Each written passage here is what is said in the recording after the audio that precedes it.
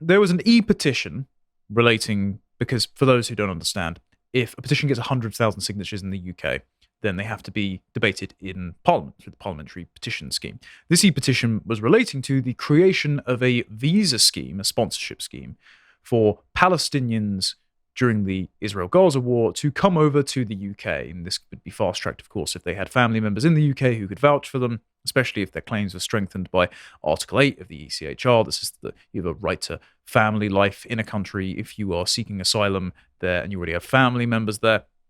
They want the equivalent scheme for the Ukrainian refugees fleeing the conflict in Ukraine with Russia for the Palestinians in Gaza. Now, there are qualitative value differences between the people of Ukraine and the people in Gaza, demonstrated by the fact that the neighboring countries of Ukraine in Europe take in lots of those people who have been dispossessed by the fighting on the front lines, as the Russians have moved into Donetsk and Luhansk and various regions. I think there's a big difference when the Jordanians and the Egyptians, who know the character of the Palestinians, don't want to take them in because they're worried about, I don't know, high levels of terrorism committed by people who voted in a terrorist government, that is, the coalition of Islamic Jihad and Hamas, and who might have an axe to grind, per the Islamic bent, just after they're now at war with the Jewish nation. So if the neighboring nations are really worried about security concerns by allowing thousands of Palestinians to just move into a neighboring, more accommodating Muslim country, there might be some integration issues that happen with the UK. But of course, there are people in Parliament who have ethnic and religious preferences that are not to the native population and instead have either an in-group preference because they themselves are Muslims or because they are non-white and they feel an antagonism towards English people or just white people as an abstract category. Or there are liberals who have a pathological out-group preference that think the entire world is their constituency, and they just think that by bringing them to the UK and having them make contact with British soil, that suddenly the inhospitable cultures of the third world that have grown up due to harsh conditions will suddenly melt away and they will be dissolved into the melting pot of liberal secular capitalism and value pluralism. And they have yet to understand that even the most ardent of jihadian will not be persuaded by just a little bit more appeasement and appeals to diversity, equity, and inclusion. And so all of these people are either active fifth columnists or useful idiots for a scheme which might import thousands of Palestinians here who have an active hatred of Britain, not just because of its Christian history and its established church, not just because they have a in-group preference and therefore out-group antagonism towards people of paler skin, which is the native British population, but also because Britain was involved using the Balfour Declaration in sacrificing the British mandate over Palestine and giving it over to establish the State of Israel after the Second World War, and by engaging in trade deals and arms sales to Israel, so they blame them for the current war as well. So, like most instances of mass migration from places outside of Europe, even if it was in Europe, I wouldn't be happy with the sheer numbers, the creation of various colonies of people in Britain who aren't British.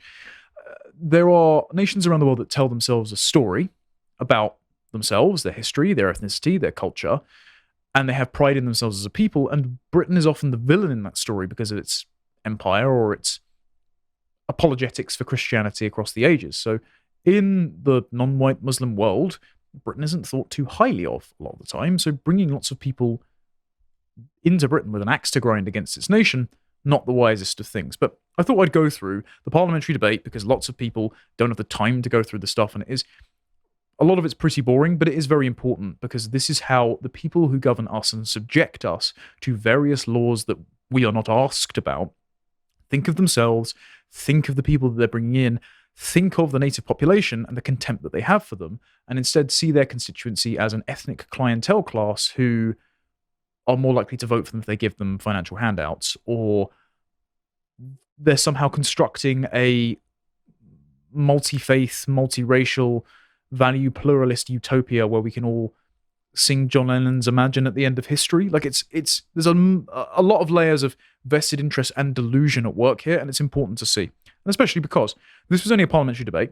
The government, the Conservative government, say they have no current plans to introduce this. Now, Not only do I not believe that, because the Conservatives always row back on their promises, but also, given they're about to lose an election in a landslide to Labour, and the Labour shadow immigration minister that we'll hear from shortly has said that they have already explored this because their MPs are agitating for it and their constituents are agitating for it, and if they don't do it, they'll lose the Muslim vote. We're absolutely going to get this under the next government.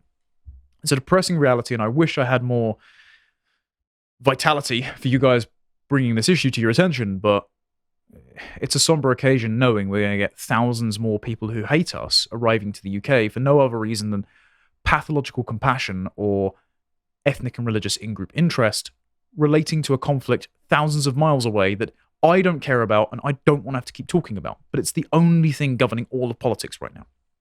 So, fantastic. This is from the Petition page. The government often emphasises the availability of safe and legal routes for people seeking protection. These broadly fall into three categories: refugee resettlement programs, refugee family reunion visas, and nationality-specific humanitarian visa schemes available to some Afghans, Ukrainians, and people from Hong Kong.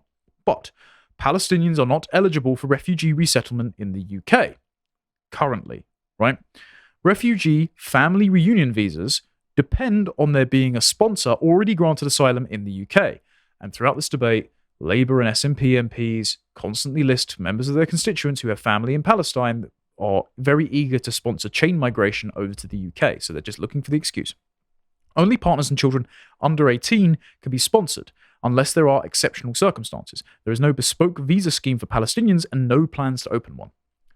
Yet, and with the Conservative government, who we're about to lose. This means that humanitarian visa routes are very rarely available to Palestinians.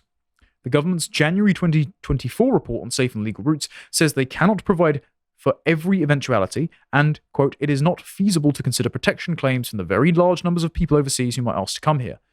But Rishi Sunak has already designated 100 million, quote-unquote, displaced people per the UN Refugee Convention's numbers, which he says that he still wants to be a member of if he deigns to leave the ECHR, like everyone's been telling him to. So those 100 million people are just a foregone conclusion which the West, the Anglosphere, the UN nations have to sufficiently manage and allocate and impose upon their native populations against their will. It's never a question of whether or not that's something that we can reject. It's just how many of those 100 million are we going to take? And there's going to be lots of Palestinians, particularly with the pending invasion of Rafah, involved in that. And we don't get a choice of whether or not we want them. So just bringing you a warning. So they say that there's no plans to admit asylum. We do know of people who have already been given asylum from Palestine to remain in the UK. And this is Al Jazeera gleefully reporting this. That Hassan, and this is a man who's been given this pseudonym, his lawyers told an immigration tribunal that he faced a, quote, enhanced risk of persecution in Israel given his Palestinian ethnicity, Muslim faith, anti-Zionist beliefs, and a history of pro-Palestinian activism in the UK. Now, the first two shouldn't really be a risk because there are millions of Arab Muslims that live in Israel and they have representation in the Knesset.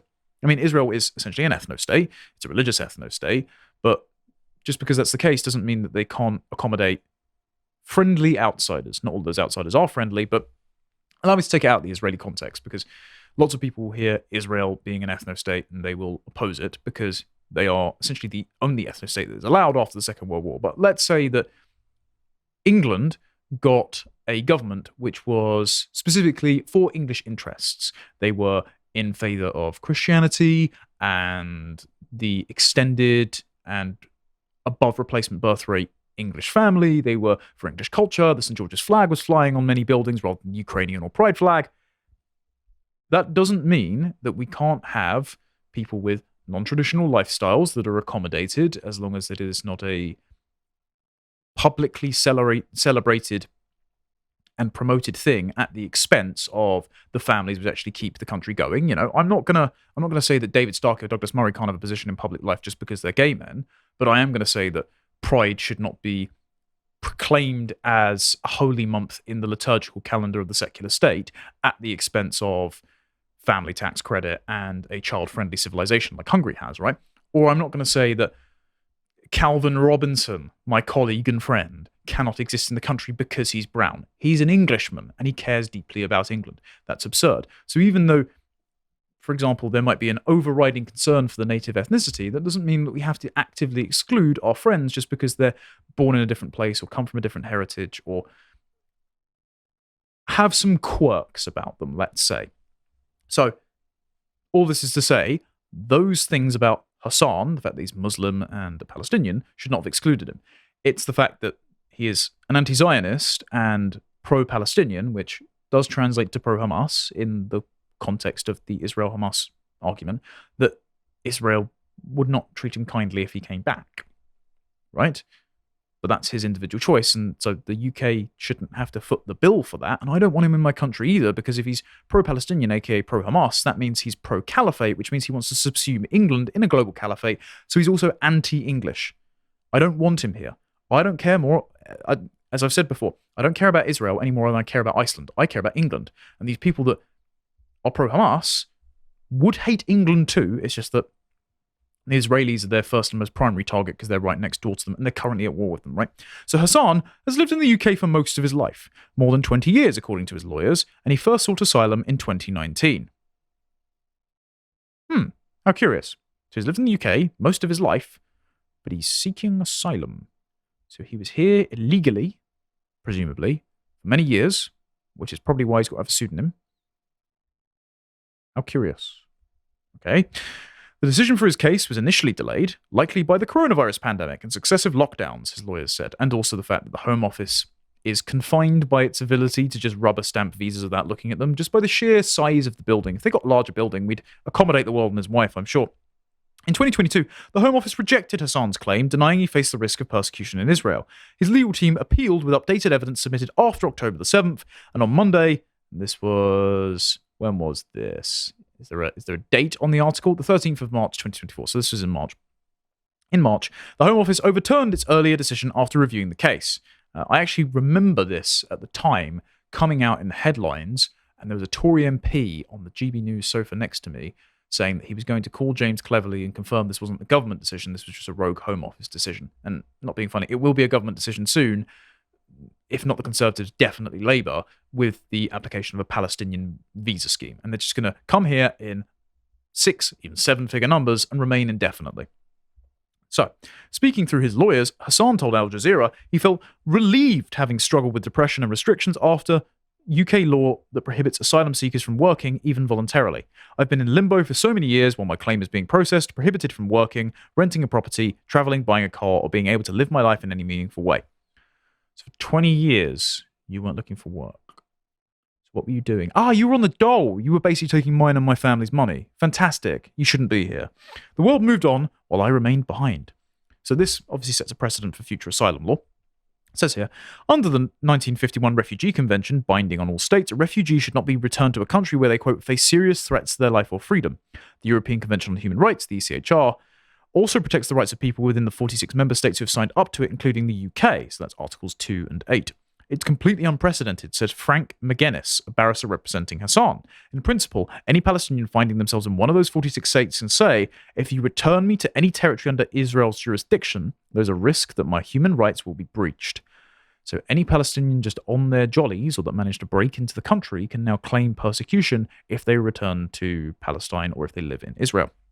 There's a whole other massive constituency as part of those 100 million quote-unquote displaced people that have now a right to live in the UK. A Home Office spokesman said they cannot comment on individual cases, but added, all asylum claims are carefully considered on their individual merits in accordance with the immigration rules. Well then, if this got through the rules, and the rules are broken, and remember, the purpose of the system is what it does. What it does is allow hundreds of thousands and millions every year of people who have no right to be here and who do not like Britain, into Britain indefinitely, to live at my expense. For example, the 72% of Somalis in this country who live on social housing. So the purpose of the law is to be as permissive as possible to flood the country with immigrants, whether or not they like the place and whether or not they're actually positively contributing to its economy and culture. Thank you for watching that clip from Tomlinson Talks. If you liked that and you would like to see more, you can get the full 90-minute show every week on a Wednesday afternoon, live from 3 p.m, only on lotuseaters.com, and all of the other content that my colleagues produce behind the paywall for as little as £5 a month. Thank you very much for supporting us, and I hope to see you there. Until next time, goodbye.